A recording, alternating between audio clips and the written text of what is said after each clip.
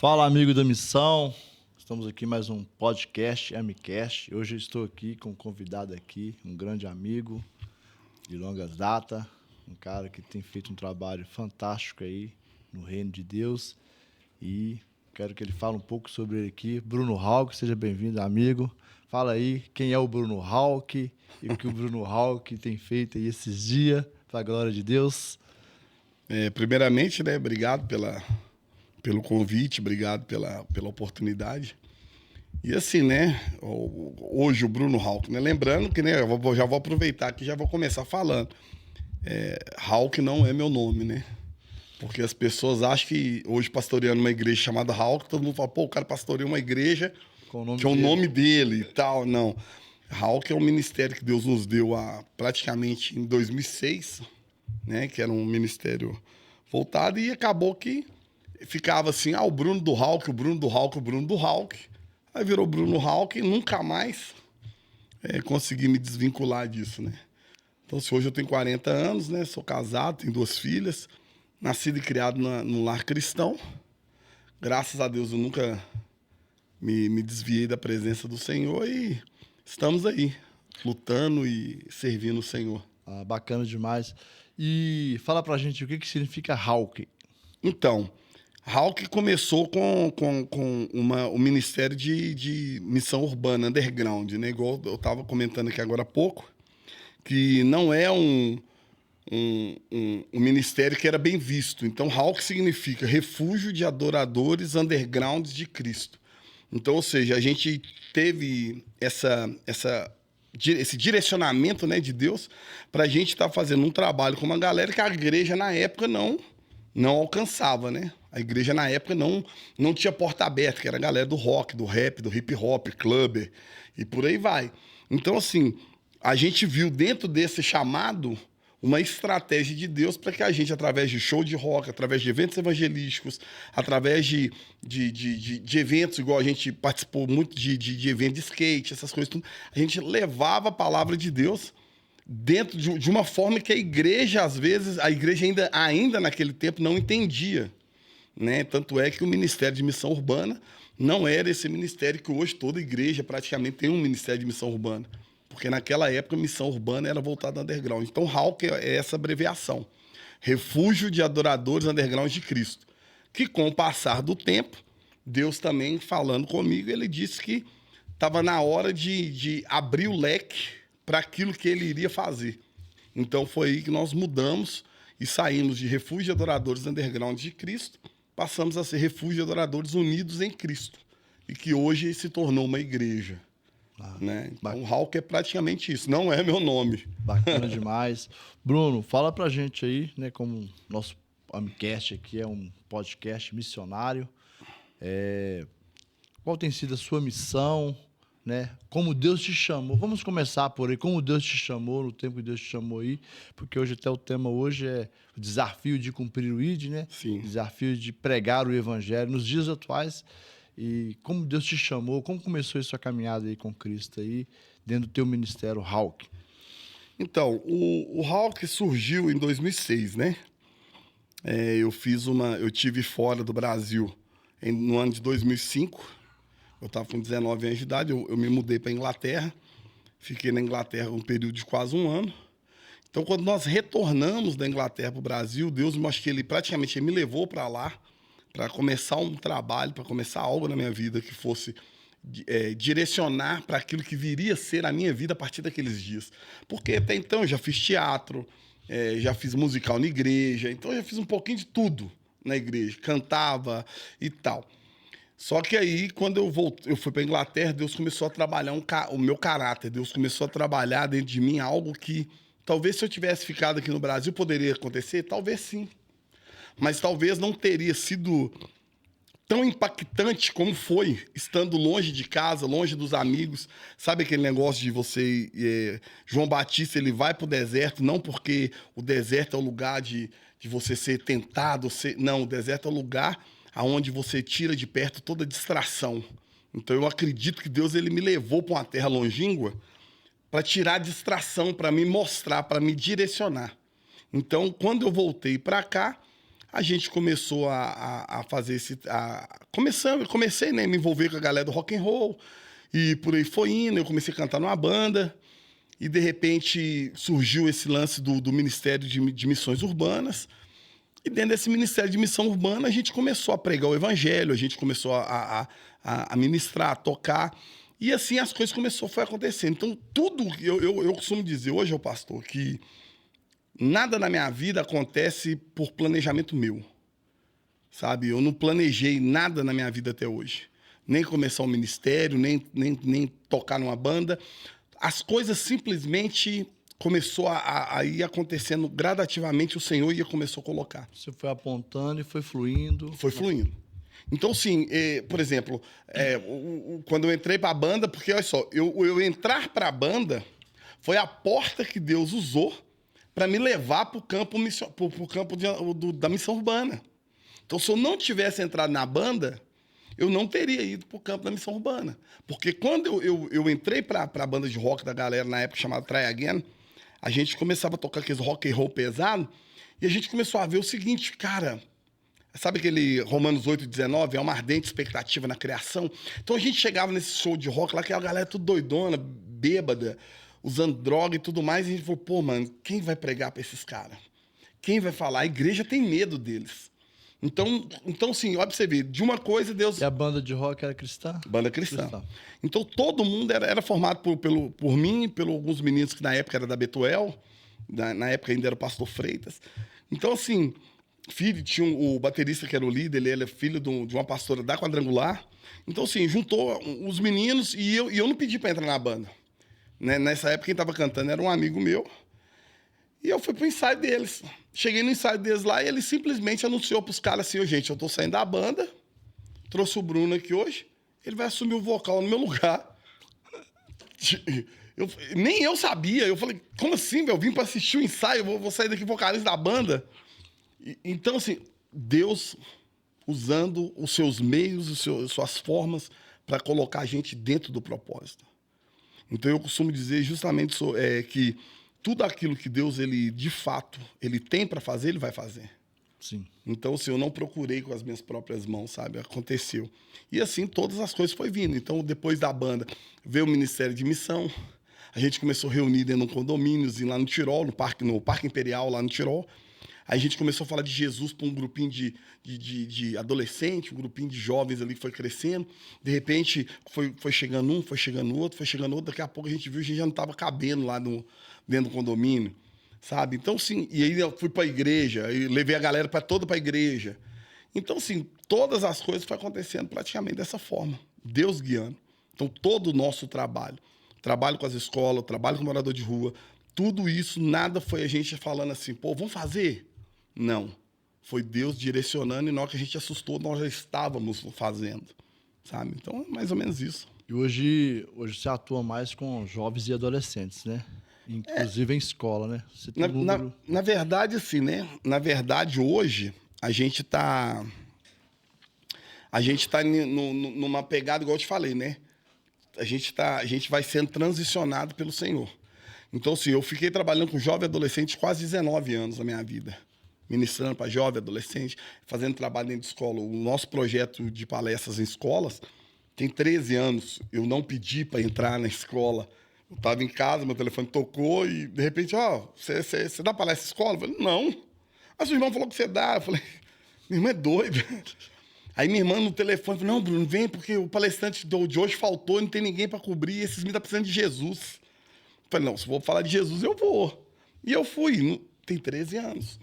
Então, assim... Deixa eu ver se eu entendi aqui, cara. Então, o projeto de escola, você foi meio que jogado lá também. Cara, eu tava operado, cara. Eu tava com um problema no dedo do pé e eu precisei fazer uma cirurgia no dedo do pé. Aí eu fiz a cirurgia, tava em casa, em recuperação. E, de repente, 6h30 da manhã, eu tô ouvindo o telefone tocando. Eu falei, meu Deus, que isso? Eu acordei e atendi o telefone. A diretora da escola falou, é o Bruno e tal. Eu falei assim, o Bruno e tal. Então, sua irmã Raíssa e tal, tá aqui. E nós estamos com um trabalho com os meninos que não pegou recuperação, enquanto os meninos da recuperação estão fazendo prova. Os que não estão em recuperação estão fazendo uma semana de palestra. E o palestrante de hoje faltou. Na minha mente eu fiquei pensando, né? Falei, pô, mas e eu com isso, né? Tipo, não é meu problema. Aí a sua irmã falou assim que você é palestrante de jovens. Eu falei, minha irmã tá aí. Eu falei, tá, deixa eu falar com ela. Eu falei, menina, você é doida?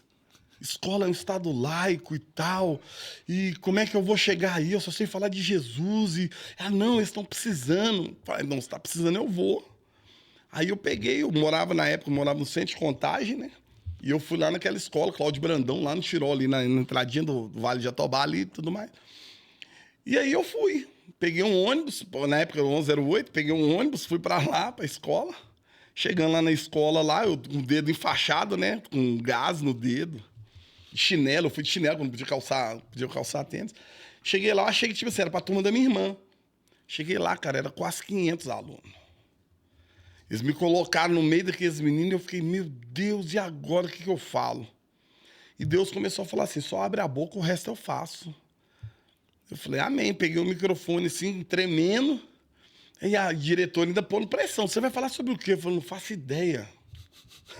Sabe, eu virei palestrante hoje, meu primeiro dia. E de repente, deu aquele estalo, sabe? Sabe aquele estalo do espírito? Deu um estalo. Era como se virasse um chip dentro de mim. E eu comecei a falar do meu pai. Comecei a falar da minha convivência, comecei a falar da minha criação. Comecei a falar dos meus problemas. E engraçado de tudo que eu achava que, mesmo estando na igreja há muitos anos, que eu tinha sido curado, eu já tinha liberado esse perdão pro meu pai. E foi ali também que eu percebi que tinha uma cicatriz que não tinha uma ferida que não tinha cicatrizado. Então ali eu comecei a falar e de repente quando eu acabei tinha quase 500 meninos chorando. E eu também chorando e de repente quando eu assustei eu olhei assim, a diretora, pelo amor de Deus, o que você fez? Eu falei assim, não sei, porque realmente eu não sabia. Foi algo assim, guiado pelo Espírito. Sobrenatural. Foi tão sobrenatural que a diretora virou para mim e falou assim, você pode voltar amanhã? Tem uma vaga amanhã também e tal. Só que você não pode fazer os meninos chorar, porque senão os pais... Eu falei, não, eu volto. Você vai falar o quê? Não sei. Amanhã a gente vê. Quando eu cheguei no outro dia, a diretora já me chamou na sala dela e falou, ó, os pais estão ligando aqui na escola. Querendo saber quem está dando palestra, querendo saber quem está falando para os filhos, querendo saber o que está acontecendo. Eu falei, mas por quê? Foi ruim? Falei assim, não, porque os pais começaram a falar assim que os filhos chegou em casa, começou a pedir perdão, começou a falar que vai melhorar, começou a falar que vai ser filho melhor. E aí eu falei, nossa, que incrível. Ela falou, não, eles estão querendo vir aqui. Eu falei, deixa vir, mas não pode. Eu falei, então tranca o portão, não deixa entrar. Aí ela falou, pelo amor de Deus, você vai fazer um negócio lá hoje. Não, mas não faz ninguém chorar, não. Eu falei, tá. E fui pra palestra de novo. Cheguei lá, falei, Deus, e hoje? Falei, Deus falou comigo, relaxa, só abre a boca. Aí eu comecei a falar sobre sonhos, influência e sexualidade. Comecei a tocar nos valores. Comecei a mostrar a eles que eles são mais preciosos do que eles imaginavam que eram. Resultado, mais quase 500 meninos chorando de novo. Aí a diretora falou, você vai acabar comigo. Eles vão me tirar, a secretaria vai me chamar. E Deus me deu uma palavra, eu dei a palavra para ela. Eu falei assim, Deus mandou te falar uma coisa. A porta que Deus abriu, ninguém fecha. A porta que Deus fecha, ninguém abre. Ele te colocou aqui para esse momento. E se você não fizer, ele coloca outro no seu lugar que vai ter coragem para fazer. Ali ela tomou um susto e ela era evangélica, diretora na época. Aí ela falou, me perguntou, você volta amanhã? Eu falei, volto. Chegou no outro dia, eu falei, e aí, Deus? Achei que agora acabou. Deus falou assim, você abriu muita ferida. Agora está na hora de fechar a ferida. Eu falei, mas como assim? Deus falou comigo, você vai falar sobre perdão. Eu falei, Deus, mas como é que eu vou falar para uma menina que foi abusada pelo pai, foi abusada pelo tio, foi violentada, sabe? O pai abandonou. Olha quantas... Deus falou, só abre a boca e fala, porque quem tem poder para mudar sou eu. E eu fui lá e pensei, né? Vamos ver quanto tempo vai durar essa palestra. Toda a palestra estava durando 1h30. Essa de perdão durou 40 minutos. Eu falei, Deus, e agora? Ele falou assim, agora você vai pegar uma professora e ela vai ser a mãe, você vai ser o pai. Você vai falar quem quer pedir perdão pro pai ou quem precisa ouvir o pai pedir perdão, pode vir. Eu falei, Deus, não vai vir ninguém, que adolescente, jovem, é tudo bicho do mato. Cara, 500 meninos. Foi 1h30, abraçando, falando para eles como pai. Eu quero te perdoar, eu quero que você me perdoe, meu filho. Eu quero que você me perdoe, minha filha. Aí foi aquele quebrantamento, assim, destruidor de trauma, de resistência, até que naquele mesmo dia um grupo de alunos, quase 80 meninos assim, chegou em mim e falou: olha, nós queremos esse Jesus que você tem. Glória a Deus. E a diretora olhou para mim e falou: você não... Falei: agora já era, já estamos aqui mesmo. Falei: fecha os olhos e fizemos. E interessante que 12 anos depois eu entrei numa escola e uma menina olhou para mim assim e falou assim: você que eu te conheço. Eu falei, tipo, né? Eu não sei quem é você. Ela falou assim: eu estive na sua palestra 12 anos atrás. Eu era a mais terrível da escola.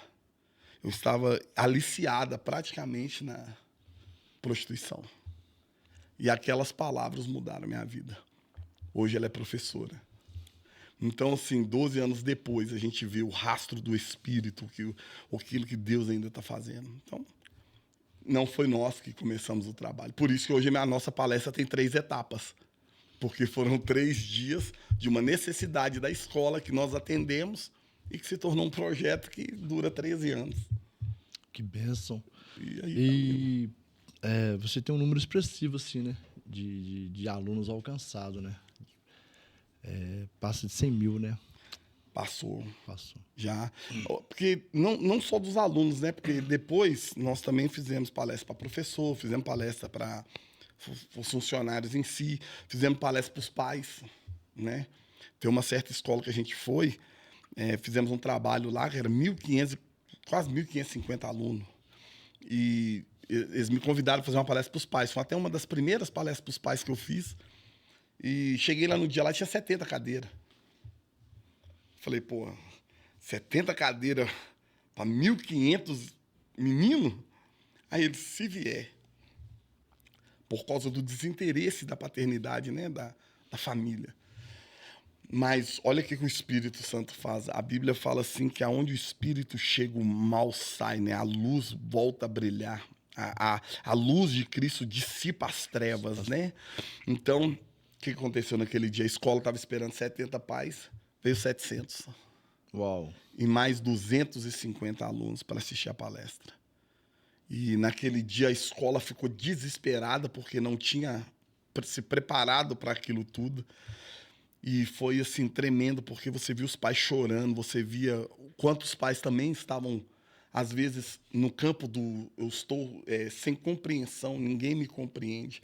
Porque às vezes a gente olha para o filho, olha para o pai, e a gente às vezes olha para o pai, a figura bruta, mas a gente não sabe que ali dentro tem um ser humano, sabe? Ali dentro tem alguém ali que às vezes não chora porque a vida ensinou a ser duro, ser firme. Mas diante do Senhor, cara, não tem nada que possa resistir, né? Então, pode resistir aos grilhões. Pelos cálculos, eu geralmente, outro dia, na verdade, eu só vou te falar de número, não é porque eu faço questão de número. Sim. É porque eu fui fazer um trabalho e eles me pediram mais ou menos uma média. Então, eu joguei o número médio de 500 e poucos, 600 e poucos alunos. Mas tem escola que eu já peguei de 2.500 alunos. Assim, a última contagem que eu fiz estava em 130 mil alunos palestrados, além de funcionários, além dos pais. Porque não só escola, né? Acabou que eu comecei a fazer também em igrejas. Comecei aí, estendeu mais ainda para os ministérios. Em 2019, nós plantamos 21 cultos de jovens em igrejas diferentes, que não tinham trabalho de jovens. Nós ajudamos a plantar esses trabalhos, nós ajudamos a iniciar, nós ajudamos a preparar os líderes. Né, Então, assim, Deus, é aquela coisa, é aquilo que eu te falei, Deus ele direcionou, a gente entrou, a gente só obedeceu. Por isso que eu falo para as pessoas o seguinte: não tem glória nenhuma no que eu faço. A glória é Deus. Porque se não fosse ele, pastor, eu não teria feito, não teria entrado na escola, porque não era uma coisa que... Não era um projeto, não era um plano seu. Não era. Porque eu sempre tive aquela coisa dentro do campo missionário e tal. Aquela pegada, de repente, a virada de chave. Por quê? Porque Deus ele vê o seguinte: eu costumo dizer que Deus ele não usa pessoa disponível. A gente fala, e muitas vezes a gente vê pastor falando, não, Deus usa disponível. Não, Deus não usa disponível. Porque disponível é quem tem tempo sobrando. Deus usa quem está disposto. Porque tem gente que está disponível, que tem tempo sobrando, mas não tem disposição para servir. Sim. Mas tem gente que é disposta e que não tem disponibilidade de tempo, mas arruma dentro do seu tempo, que já é escasso, um tempo para servir. Por quê? Porque ele é disposto, ele ama o Senhor. E se a gente for Né? analisar pela Bíblia, nenhum homem daqueles que foram chamados para fazer algo excepcional, né, glorioso para Deus, estava desocupado, né? Exatamente. Todos ali estavam atarefados. A gente pode pegar a história mais famosa aí que a gente tem quando Samuel chega na casa de Jessé. O que os irmãos, tava todo mundo ali dentro ali? Disposto. Disponível. Por que estavam todos os irmãos ali? Só Davi estava no campo apacentando as ovelhas do seu pai. Então, tipo assim, é aquela coisa, né? Por quê? Estar disponível não quer dizer que está disposto. É porque às vezes é aquela coisa, né? Igual, por exemplo, né? Vamos pegar hoje, assim, né? Me perdoa os irmãos. Às vezes a gente pega hoje, por exemplo, a gente tinha um corpo do diaconato. O diaconato era o diácono e a diaconisa eram aqueles que serviam por paixão. De fato, eles eram escravos e servos de Cristo. Então, com doença, com febre, com um menino enfermo dentro de casa, você via os diáconos aonde? Na igreja servindo. Hoje nós temos tanto... Aí tiramos um pouco essa visão e colocamos mais voluntário. Então, tudo que é voluntário é aquela coisa, eu dou o tempo que sobra. Então, é uma coisa meio leviana. Então, a galera não faz por amor, a galera faz porque não tem outra coisa melhor para mim fazer, então estou servindo como voluntário. Então, se as pessoas não têm mais essa paixão, né? Não tem mais esse... E é uma coisa que isso assusta a gente, né? Porque justamente por causa disso. Por isso que eu sempre afirmo. Não adianta você falar assim, eu estou disponível, Senhor. Se você não tem disposição para na hora que ele fala assim, então vem. Mas ali, Senhor... Uai, peraí. Se você é disposto, você não olha o campo. É um desafio muito grande estar disposto. Fomos chamados agora de novo para voltar os trabalhos de casa de recuperação. E essa casa caiu assim no meu colo, caiu em cima da gente com uma proposta, um espaço que foi casa de recuperação, está pronto, disponível, faltando só alguém para chegar tocar. E aí eu falei com o irmão, não é para mim, não quero mais, eu não tenho mais, meu tempo já passou. Passei por umas 2 pessoas, não deu certo. E a proposta é muito boa, mas eu falei, não é para mim mais. Aí o Espírito Santo me incomodou. É para mim mesmo.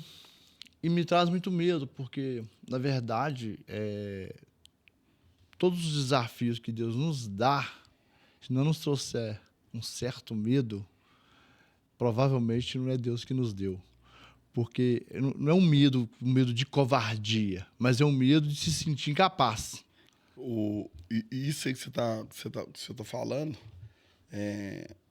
me fez lembrar, quando eu era adolescente, tinha um pastor, não sei se era lá no Cafezal, acho que é Cafezal, Pedreiro, não sei, Taquaril. Todo mundo chamava ele de Charabanaia. O apelido dele era Charabanaia, que ele era um pastor bem pentecostal. E ele pregava muito lá na igreja, lá, ainda mais para nós, né, para os jovens, na Batista de Tirol, na época. E um dia eu conversando com ele assim, ele falou isso aí. Ele falou para mim, se fosse Bruno, a visão de Deus para o homem, quando o homem entende, faz tremer as pernas. Porque ele falou assim para mim, quantas vezes eu estava dentro da favela, com a minha esposa, com a minha filha, e os bandidos chegavam lá e batiam na porta. Falou, pastor, desce lá para orar lá, porque hoje a gente não pode morrer, não. E ele, muitas das vezes, ele descia o morro, ele olhava para trás, a esposa, a filha ficando, ele não sabia se ia voltar. Ele não sabia o que ia acontecer. E ele falava assim, que às vezes ele estava no culto, de repente no culto, chegava os caras tudo armados, ele estava no culto, ele ia lá na frente, ajoelhava, pastor, ora por nós, que nós estamos em guerra e pede Deus para guardar a gente. Ele parava o culto e orava para os caras. E ele orava para que Deus mudasse a vida dos caras. Então ele falou, essa fala dele me marcou, sabe? E é isso aí que você está falando. A visão de Deus para a vida do homem que entende quem o chamou faz tremer as pernas. É esse temor. E aí a gente agora está para começar e eu estou recomeçando com muito tremor. E mesmo sendo dono de casa de recuperação por quase 15 anos, parece que é a primeira vez que eu vou trabalhar com casa de recuperação. E a gente está para começar agora o próximo mês, então traz todo esse tremor, né? E traz muito desafio. E eu quero aqui também, aproveitando a palavra desafio, quais são os maiores desafios que você tem encontrado, ou que você encontrou? Desafios que eu falo de barreira, né? Porque o Estado, a gente sabe que ele é laico. E aí tem essas dificuldades dentro das escolas também. Quais são os maiores desafios que você encontrou ou que você ainda tem? Ô, pastor, na hora que a gente estava conversando antes, né? Eu falei muito para você sobre o amadurecimento, né? A gente amadureceu muito ao longo dos anos. Então, assim, hoje eu entendo, por exemplo, que todo desafio, toda dificuldade, igual para você vai começar o trabalho agora, às vezes a gente fica, por muitas vezes a gente fica chateado por mais pessoas não se engajarem, né? Igual, por exemplo, eu fiz o trabalho de escola anos, era eu e quando a minha esposa podia ir, ela ia comigo. Falava na igreja, as pessoas aplaudiam, as pessoas, nossa, que top, que bênção, nós estamos sabendo o que Deus está fazendo. E ninguém se manifestava para ir ajudar, para ir ser um abraço, para ir ser alguém que vai sentar com uma pessoa e conversar com essa pessoa. E a gente, por muitas vezes, eu fui relutante, porque eu tive um trabalho com a igreja, eu comecei pastoreando também a igreja com moradores de rua, e por 1 ano e meio só ficou eu e minha esposa. Vamos dizer assim, né, nós éramos os únicos normais. O resto, todo mundo era morador de rua. Então, tipo, os meus diáconos, o louvor, todo mundo. Era eu, minha esposa e tinha um amigo lá também, o Lucas, que ele ia lá, o Lucas Dantas e tal. Então, assim, a gente ficava muito chateado. Pô, por que fulano não engaja? Pô, por que fulano não abraça? Pô, porque a gente, missionário, a gente tem essa energia dentro de nós, né?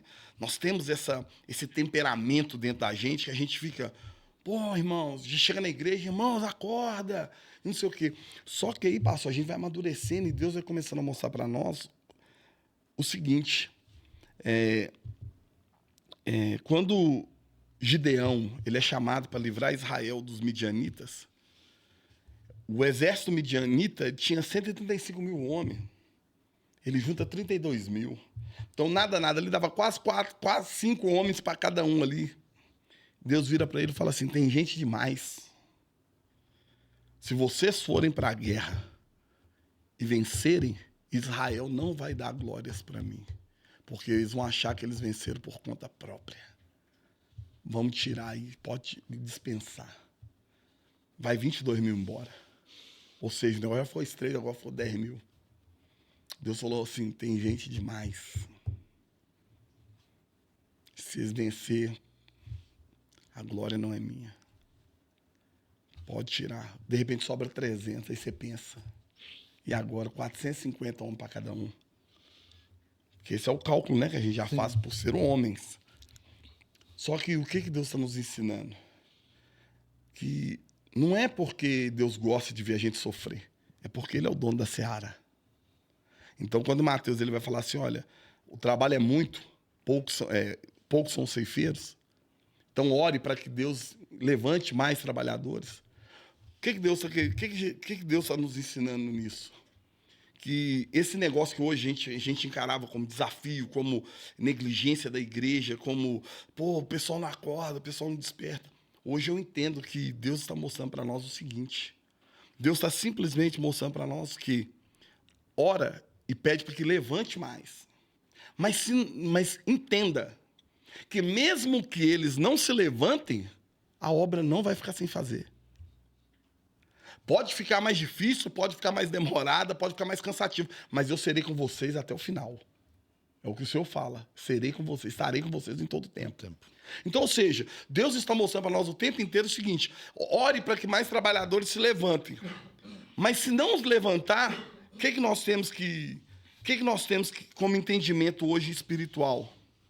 Se não levantar, quem é o dono da seara? É o Senhor. Senhor. Então, ou seja, ele não vai deixar de ser o Senhor da seara. Realmente, esse tempo de experiência parece que ele é necessário pra gente entender isso, né? É. Eu já questionei demais, eu já falei muito Sim. mal. Né? Na verdade, todo mundo já Todo mundo. já falou todo mal de mundo. pastor, já falou mal de igreja, já falou mal dos irmãos que não vê, que não participa, que não oferta, que não vai. Cara. Quando essa é a vontade Mas de é Deus. Mas é Deus mostrando para nós o seguinte: é para que vocês não se ensoberbeçam. Sou eu que faço. É para que vocês não se gloriem no trabalho. Cara, vamos ser sinceros.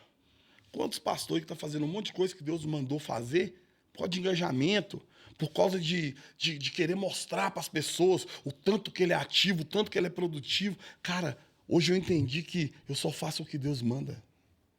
Eu não tenho que fazer nada para mostrar para as pessoas. O que a gente entende, pastor? Tem hora que tem muita gente ao nosso redor de consciência pesada por causa do pecado que pratica e vem para o campo missionário para tentar abonar um pouquinho, sabe? Então, ou seja, vem para trabalhar por desencargo de consciência, não por propósito nem por chamado. E por amor também. E isso acaba muitas vezes o quê? Nos atrapalhando. Sim, é um peso.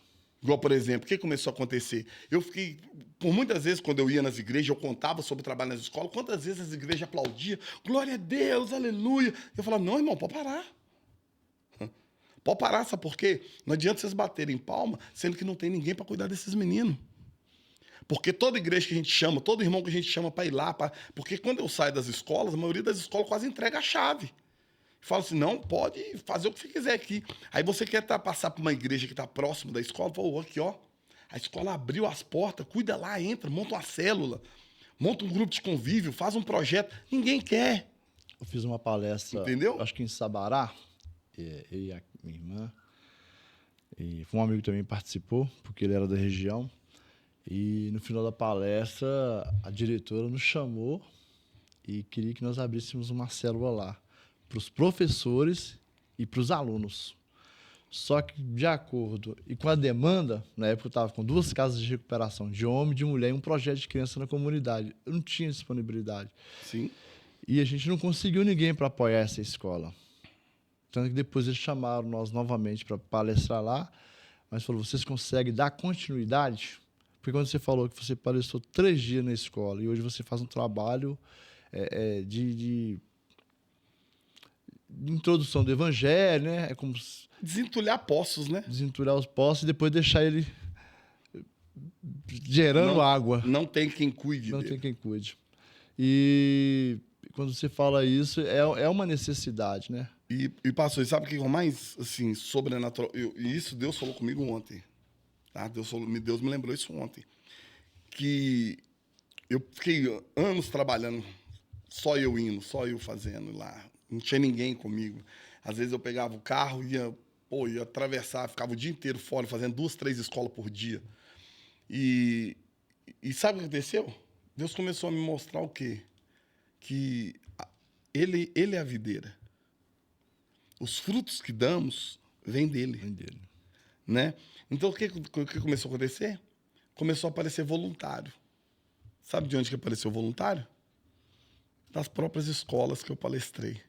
Alunos que foram transformados, curados e que sentiram no coração de servir.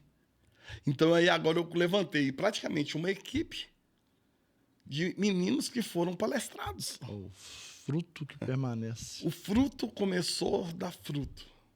Sabe? O fruto gerando outro fruto. Então, assim, a gente vê, o Senhor, ele é dono da seara. Então, assim, a gente vai amadurecendo. Pena que, como o Zé Bruno da banda Resgate, ele fala, né? Pena que quando a gente está começando a ficar bom, nós já estamos chegando próximo do fim da vida.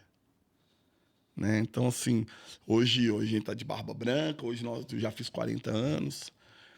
E quando a gente começa a entender, a gente começa a desacelerar, porque a gente entende que Deus ele não tem rede social para ficar te acompanhando nos seus trabalhos, que Deus não está olhando para o seu Instagram, Deus não está olhando quantos versículos que você postou, mas Deus está nos perguntando assim, você não passa lá mais no quarto? Tô te esperando. Então, assim, eu comecei a ver que estava na hora da gente retornar à origem, né? A gente começou a entender que o quê? Cara, o Júlio falou uma coisa que é interessante, né? O Judson fala assim, cara, Deus não precisa do seu trabalho. Sim. Deus não precisa do seu trabalho. Deus, ele quer você. Deus quer o seu coração. Porque não adianta ele ter um ministro, ele ter um profeta, ele ter um levita, se ele não tem o coração do levita. Não adianta você cantar suas músicas bonitas, não adianta você pregar de forma tão excelente, não adianta você ter eloquência, ter oratória, não adianta você ter estudo e diploma na parede se o seu coração não pertence ao Senhor. Então eu comecei a ver isso. Eu comecei a perceber que o meu campo missionário mais precioso estava a 1 metro de mim, que eram as minhas filhas que estão crescendo. Sabe? Qual é a idade delas? Eu tô hoje, a Valentina tá com 7 anos, né? E a Maria Eduarda fez 11 agora. Então, assim, igual, por exemplo, ontem a gente começou um culto lá em casa, né? Então, assim, você vê, igual eu tava ministrando ontem para ela sobre ninguém nos separa do amor de Deus. E você vê minhas 2 meninas, uma de 7 e uma de 11. A minha de 11, então, tava derrubada em lágrima. Eu fiquei olhando assim, porque Deus começou a me mostrar o seguinte: salvação não é herança. Os seus filhos não herdam salvação porque você é crente. Os seus filhos precisam me reconhecer que eu sou Senhor e Salvador deles. E como que nós vamos pregar para os nossos filhos? Exemplo. A Bíblia fala, ensina a criança no caminho. Se eu não me engano, se eu errar aqui, depois a gente corrige. Não sei se é John Stott ou John Piper. Ele vira e fala assim, ensina a criança no caminho que ela deve andar, mas certifique-se que você está no caminho. Uau. Sabe? Então, tipo assim, essas coisas começou a mexer comigo. Por quê? Igual, por exemplo, quando a escola me chama, igual hoje, por exemplo, nós temos um leque de apresentação. O pessoal fala assim, você dá palestra para Setembro Amarelo, prevenção do suicídio? Damos. Aí quando eu vou na escola, o que eu falo? Você acha que eu falo de suicídio? Não, eu falo porque suicídio é um problema. O que a gente fala? A gente trata a causa. Então, tudo é a família. Ninguém acorda de manhã e fala assim, cara, eu vou destruir minha vida. Eu vou afundar na droga. A menina não acorda e fala assim, cara, sabe de uma coisa? Eu vou vender meu corpo. Eu vou prostituir. Eu vou abrir um OnlyFans para mim. Tudo é na família. Às vezes é um pai que tocou, às vezes é um pai que abandonou, às vezes é uma mãe que liberou uma palavra na hora da raiva. Sabe? Então a gente entende hoje que o nosso posicionamento em Deus é a restauração da família. Por isso que quando a gente foi abrir, a gente inaugurou a igreja, nós inauguramos a igreja com uma frase que eu vi, a caminho do culto. Eu estava numa igreja e eu vi uma frase escrita na minha frente, assim, um lugar de cuidado. Aí na hora eu falei, Deus, não é possível, você vai me fazer abrir uma igreja, não tem cabimento. Olha o tanto de igreja que tem aqui, nós não precisamos de mais igreja. E Deus falou assim, realmente, tem igreja aberta, mas tem propósito. A questão não é a quantidade, a questão é por que estão lá. Qual que é a motivação de estar ali? E eu falei, então, Deus, eu vou fazer só se o Senhor quiser fazer algo diferente. E nós temos tentado fazer diferente.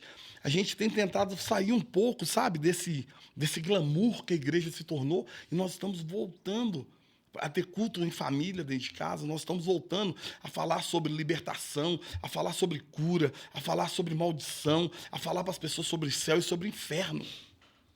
Mostrando para elas o seguinte, olha, quando Deus ele fala assim, ó, eu vou cortar e vou lançar fora, ou se o sal se tornar insípido, não serve para nada, a não ser pisado por homens, nós estamos mostrando às pessoas o seguinte, cara, Deus não está falando só que o seu ministério não vai frutificar, Deus está falando para você, é que se você não fizer aquilo que é o novo nascimento em Deus, ele fala que é para você fazer e para você viver, você vai ser lançado no inferno. Então as pessoas estão se despertando e voltando a pensar nisso. Parece que o inferno de uma década pra cá sumiu, né? Ele não existe mais. Cara. Não existe mais. Cara, você falando dessa questão de família, né? De estar conversando com a Azaf lá e falando da importância, porque o Azaf, agora 16 anos, e um cara muito bonito, atleta, e eu falando com ele da importância, né? Dele ter Jesus no coração. Eu falei, cara, e você não é neto de Deus. Não é porque você é filho de pastor, filho de crente, filho de alguém que zera pelo evangelho, que você é crente. Não é porque você é neto de Deus. Você precisa ter um relacionamento com Deus. Você precisa conhecer a Deus. E direto eu brinco com ele, e aí, meu filho, você está crente ainda? Você está lendo Bíblia, você está orando. E interessante, você falou que começou um culto no lar, né? Semana eu chamei a Adriana, falei, a gente vai fazer um culto aqui em casa também. Porque o Paulo Robson fala uma coisa que é interessante, né? Deus fala uma coisa só. Então, quando Deus incomodar a sua casa para fazer um culto no lar, você pode ter certeza que as outras famílias também estão ouvindo a mesma coisa. A diferença é quem vai obedecer. Exatamente. Porque Deus fala uma coisa só. Nós falamos essa semana no Encaixe de voltar a fazer um culto em casa também. A gente sempre fez. A gente já come na mesa. E eu louvo a Deus porque lá em casa, por exemplo, nós criamos essa cultura de comer na mesa. Sim. E o dia que eu não quero comer na mesa, que às vezes eu quero comer assistindo um jornal, talvez é só um tempo que eu vou ter ali de ver um jornal, alguma coisa, o Azaf e a Estela comem na mesa sozinhos, cara. Ou com a Adriana. Eles não deixam de comer na mesa, porque faz parte também dessa cultura de família. Sim. Né? E isso de traz para perto também. Quando você falou que você ministra ali para o perdão nas escolas, e o problema ele é realmente familiar, eu até comentei esses dias aqui no podcast aqui, meu pai, pastor, homem de Deus, homem que sempre cuidou da família, deixou um legado assim, nunca vi ninguém falar mal do meu pai. E eu fui conhecer o meu pai verdadeiramente depois que ele morreu. E depois também que eu voltei para os caminhos do Senhor. Porque até então eu vivia numa outra vibe, não vivia neste mundo. E agora eu vivo no mundo, mas não vivo mais para ele, né? Mas antes eu nem vivia neste mundo por causa de drogas e outras coisas. E meu pai, no jeito truculento dele de educar, ele me deu um tapa no rosto aos 14 anos de idade. E isso destruiu minha vida. Porque eu não perdoei o meu pai por isso, enquanto ele estava vivo. E numa ministração de perdão, anos depois que ele morreu, eu já estava de volta no Evangelho, mas minha vida não crescia, não desenvolvia. Eu vivia assim, não tendo recaídas, mas bem à beira ali de recaídas e não crescia, não desenvolvia nada, porque eu não tinha perdoado meu pai. Então a importância que eu vejo de trabalhos como esse, de trabalhos evangelísticos dentro das escolas, nem que seja de forma sutil, né? Às vezes, quando eu estou dando palestra na escola, não pode falar de Jesus aqui. Beleza. Mas eu conto um pouquinho da minha história e introduzo Jesus ali, porque não tem como. Falar, eu estou aqui falando para vocês que eu sou um milagre. Eu estou aqui por causa das orações da minha mãe. Então, já leva ali, Sim, claro. né? Sutilmente a gente já está falando de Jesus. Mas eu lembro que, por meu pai ter ali dado esse tapa no rosto, o jeito dele expressar lá e tudo, isso me levou, assim, para as drogas. Porque por eu não perdoar o meu pai, eu busquei refúgio. Eu nunca vi ninguém falar, não estou aqui falando mal dele, estou falando uma situação que aconteceu. Eu busquei refúgio em outras coisas. E acontece isso muito, né? A moça, o rapaz, o adolescente ali, ele buscar um refúgio em drogas, em prostituição, em outros caminhos, que vai só distanciar ele de Deus, até da própria sociedade e do seu próprio destino, né? Essa questão do perdão, então isso é muito importante.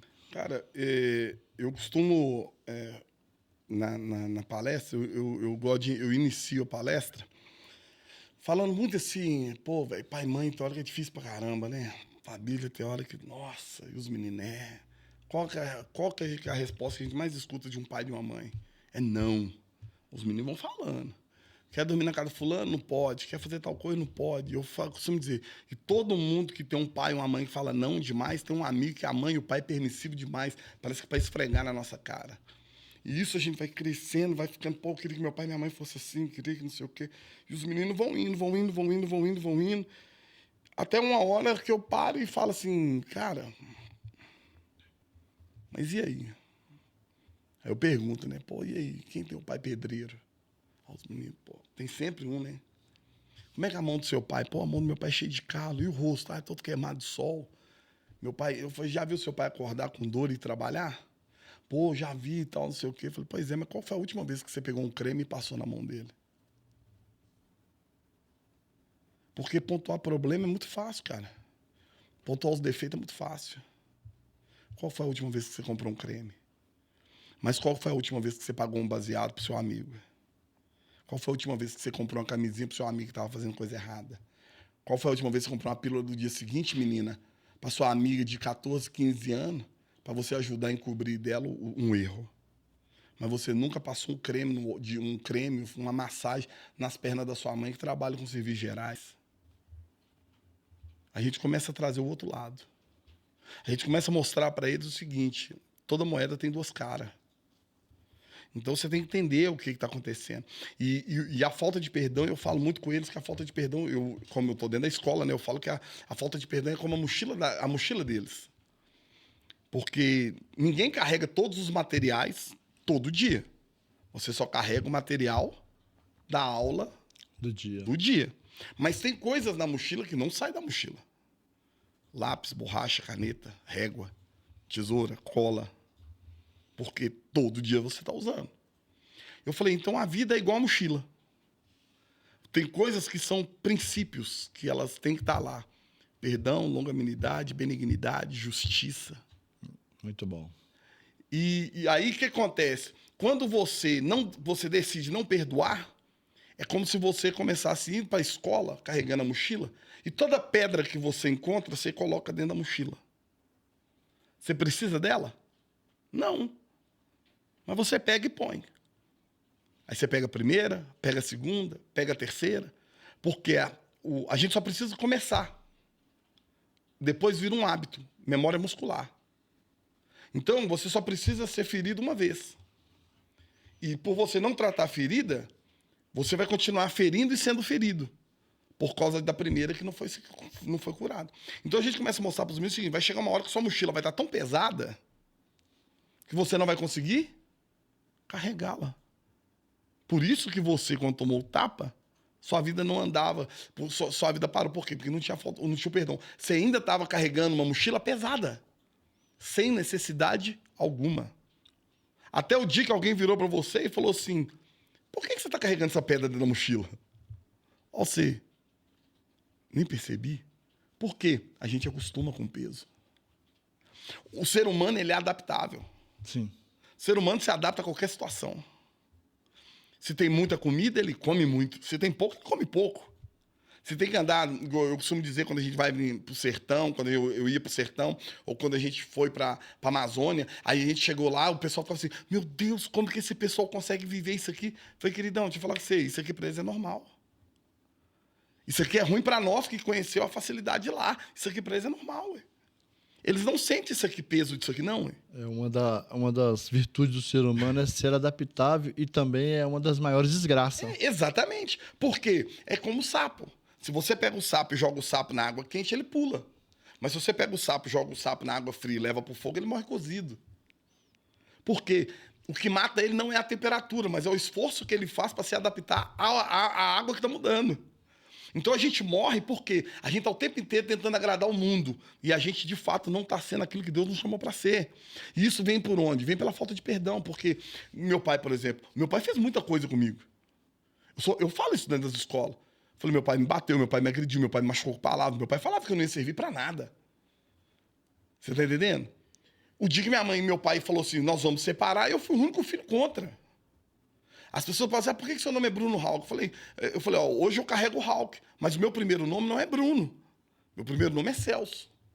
Mas meu pai proibia os meninos de chamar pelo meu primeiro nome. Por quê? Porque era o nome dele. Então ele me tirou isso. Então as pessoas falam assim, pô, o cara carrega Hulk no nome. Sabe o que Deus falou comigo o dia que eu tentei desvincular? Deus falou assim, eu te dei um nome que é mais conhecido que o nome que o homem tirou. Por quê? Porque quando eu estou em Cristo, a minha vida é ressignificada. Sim. Então aquilo que trouxe trauma, agora se transforma numa ferramenta para Deus esticar minha fé. Então é aquilo que Deus fala, vocês são como oliveira, porque oliveira é uma das poucas árvores que não perde folha. E as folhas que caem, as poucas folhas que caem, não joga fora, porque ela é rica em potássio, nutrientes, que faz analgésico, que faz anti-inflamatório. Então o que Deus está nos ensinando? Vocês são como a oliveira. Da sua dor, do seu sofrimento, eu faço remédio para curar outros. Então eu comecei a entender isso, cara. Eu comecei a entender que o quê? Da minha dor, de tudo que aconteceu na minha vida com meu pai, eu nunca fiquei um dia sem conversar com meu pai. O último dia dos pais do meu pai tentou me dar um soco na cara, velho. Na frente das minhas filhas. Porque ele falou uma coisa e ele falou, eu sou dizimista, eu sou ofertante, por que Deus não me abençoa para ganhar na Mega Sena? Aí eu virei para ele, é simples, ué. Se você ganhar na Mega Sena, você pega um barco, vai para Capitólio e enche de prostituta. e perde a salvação, com o bolso cheio de dinheiro. Ele tentou me dar um soco na cara porque ele achou que estava desrespeitando ele. Aí depois ele virou e falou: você tem razão, você... Eu nunca deixei de amar meu pai por isso. Pelo contrário, eu orei pelo meu pai e falei: Deus, só leva meu pai na hora que meu pai estiver pronto. E foi o que aconteceu. Deus revelou a morte do meu pai 18 dias antes. Deus me mostrou o céu que meu pai ia estar. E no dia que meu pai estava para morrer, eu entrei naquela ambulância, meus irmãos pediram para me orar por ele. Eu cheguei no ouvido do meu pai em coma induzido. Eu cheguei no ouvido dele e falei: o pai é o Bruno. Deixa eu falar com o senhor uma coisa. Eu te perdoo. Sabe que eu te amo, cara. E não existiria Bruno Hauck se não tivesse existido Celso Zeferino Ribeiro. Crianças, jovens, adolescentes que largaram automutilação, suicídio, depressão, droga, não teria sido tocado. Talvez poderia ser, porque Deus ele é poderoso. Mas não foram tocados através da minha história com meu pai, através do meu sofrimento, da minha dor. Você está entendendo? O meu pai me forjou para ser o homem que eu sou. Através de quê? Através da ignorância que foi abençoada. Só que Deus me fez permanecer. Deus me fez ficar firme. Você está entendendo? Então, assim, quando meu pai morreu, aí quando eu falei com ele, né, e tal, que eu falei com ele: olha, eu te perdoo e tal, e me perdoa também se eu falhei. Meu pai, cara, você tem ideia, olha o nível do meu pai, pastor. Meu pai era aquele cara que eu postava uma foto, assim, por isso que eu nem posto muita coisa em rede social, porque é uma besteira. Mas meu pai, eu postava uma coisa, meu pai comentava embaixo: sua vida tá no altar? Você tá orando? Você tá orando pelo seu pai? Porque não adianta ganhar lá fora e o seu pai tá aqui. Era desse jeito. Pressão psicológica. Bloquear o pai. Até o que aconteceu? Até um dia, que um dos melhores amigos do meu pai, do passado dele, trombou com meu pai na rua. E esse cara era pastor. E ele falou assim: você é pai do Bruno Hauck? Aí meu pai: sou. Seu filho é uma bênção. Cara, se você soubesse como Deus tem usado o seu filho. Sabe o que a gente aprende? Se eu não me engano, Mateus capítulo 5, vai falar assim: testemunho dado de si mesmo não é válido, válido é o que os outros falam a teu respeito. Sim. Sabe qual é o maior problema de quem tá machucado e ferido? Quer fazer as coisas para provar para o outro. Só que Deus me ensinou que quem é curado só sabe curar. E quem é ferido só sabe ferir. Entendeu, pastor? Então, assim, o perdão ele é importante porque ele é uma decisão. Eu sempre digo isso, que o ferido ele vai sempre falar da sua dor, mas o curado ele vai falar da sua alegria. E a alegria do curado é Jesus. Cara, o curado ele vai falar da dor sorrindo, porque ele sabe que teve propósito. Ele sabe que teve propósito. Olha, eu passei por isso, realmente passei. Só que, vamos pegar, de todas dessas trevas que a gente viveu, se resume em Salmo 126, versículo 1. Quando Deus restaurou a sorte do seu povo, eles ficaram como quem sonha. E como é ficar como quem sonha? É você lembrar e achar que aquilo nunca aconteceu. Quando eu olho para trás, eu não lembro da dor. Eu não lembro do sofrimento que foi ouvir as coisas que eu ouvi do meu pai. Hoje, quando eu olho para trás, é só uma história que eu conto para testemunhar quem é Deus, não quem foi o mal do meu pai. Você está entendendo? Sim. Então, hoje eu falo. Então, hoje, já para você ver, eu chego na escola, eu falo para os alunos, muitos alunos viram para mim e falam assim: cara, então, você estava falando da minha vida ali. É exatamente o ponto que eu estava falando quando meu pai me bateu, porque é o seguinte: eu achava que eu tinha perdoado meu pai, só que minha vida não andava. E todas as vezes que eu lembrava disso, eu sentia ódio, eu sentia dor. Então, o dia que o Espírito Santo me mostrou que eu não tinha perdoado meu pai. Foi o que Deus me mostrou na primeira palestra. Eu não tinha perdoado meu pai. E aí, eu levava uma vida participando dos ministérios de louvor, de teatro, dentro da igreja, lutando ali para ser santo, santificar, mas eu não rompia, não crescia espiritualmente, não crescia de jeito nenhum. Só tinha performance, né? E quando eu ouvi uma ministração no domingo pela manhã, que eu não esqueço, uma missionária, amiga minha, mulher de Deus, está no campo já, a vida dela está no campo, e ela falou sobre perdão. Eu entendi que eu não tinha perdoado meu pai. Acabou aquele culto ali, eu falei: o que eu faço? Ela falou: seu pai não está aí mais para te ouvir. Mas seu pai está na glória, porque quem está ofendido é você. Perdão é decisão. não é sentimento. desse... O problema é que nós queremos perdoar sentindo. É. E perdão é uma decisão. Eu decido.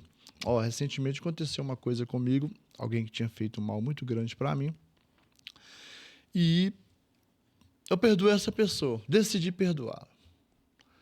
Só que há uma guerra entre o espírito e a alma, né? E a carne. Uhum. E eu vi essa pessoa na rua, a vontade que veio, assim, naquele momento, assim, carnal, de passar por cima. Eu falei, tá repreendido, cão. Eu já perdoei.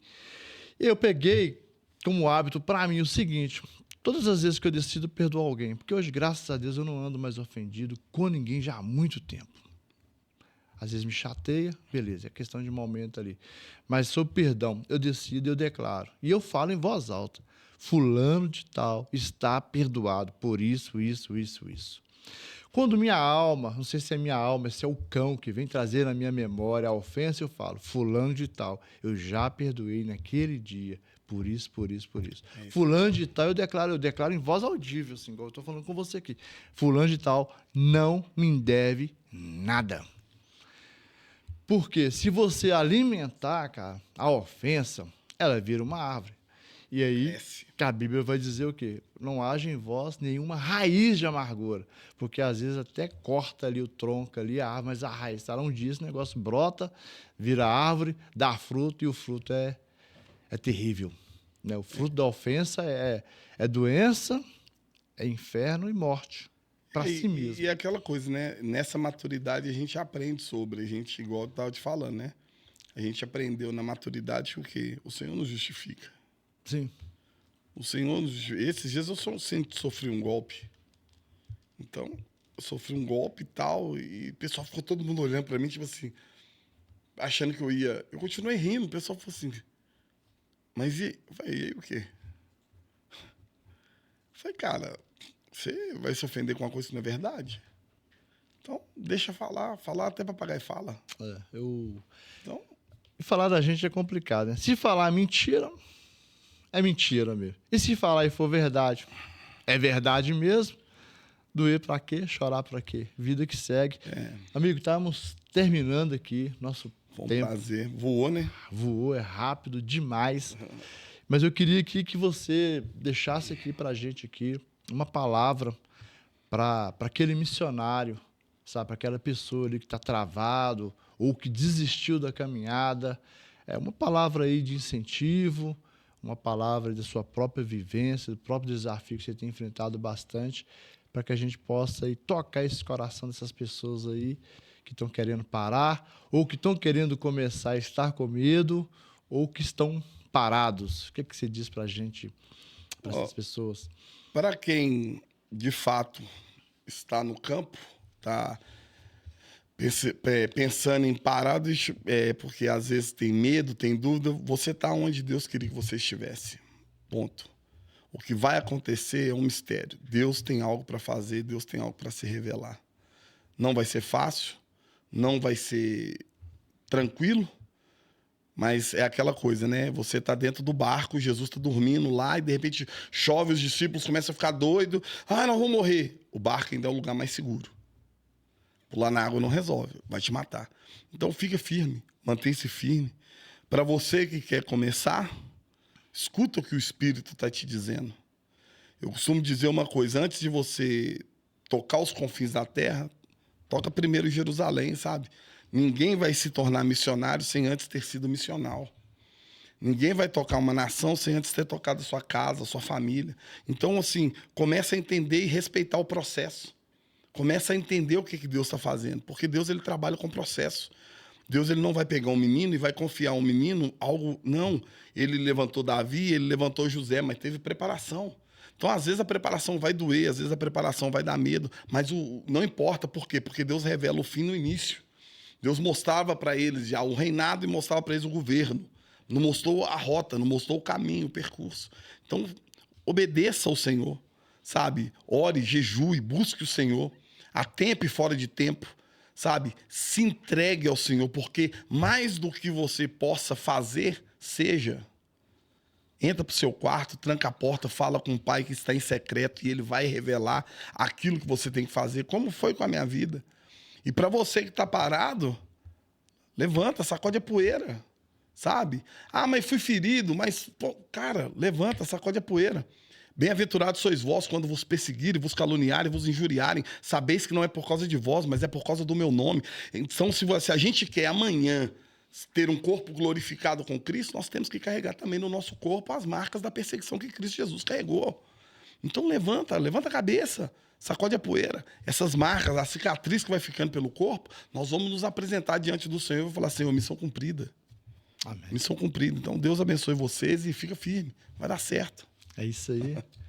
Bom, estamos aqui, finalizando aqui mais um podcast. Foi um prazer. Amicast. Ame significa a missão é sua. E prazer, cara. Obrigado aí por ter aceitado esse convite. Muito obrigado aí por impartir o coração. Amém. E você que chegou até aqui, compartilha esse vídeo aí com algum amigo, com uma amiga. Compartilha nas suas redes sociais. Nos ajuda aí a difundir aí esse evangelho, essa obra missionária, que é o plano de Deus, que é um plano de salvação para todas as nações, para todas as famílias. Compartilha aí, nos ajude a compartilhar esse aí. Muito obrigado por chegar aqui. E vou te pedir, deixa um like aí, segue aí, se inscreve no canal, porque isso aqui vai nos ajudar a alcançar mais pessoas. Deus abençoe a sua vida. Obrigado, Bruno. Amém. Deus abençoe a sua vida, a sua casa. Amém. Deus abençoe. Obrigado, pessoal. Amém. Amém.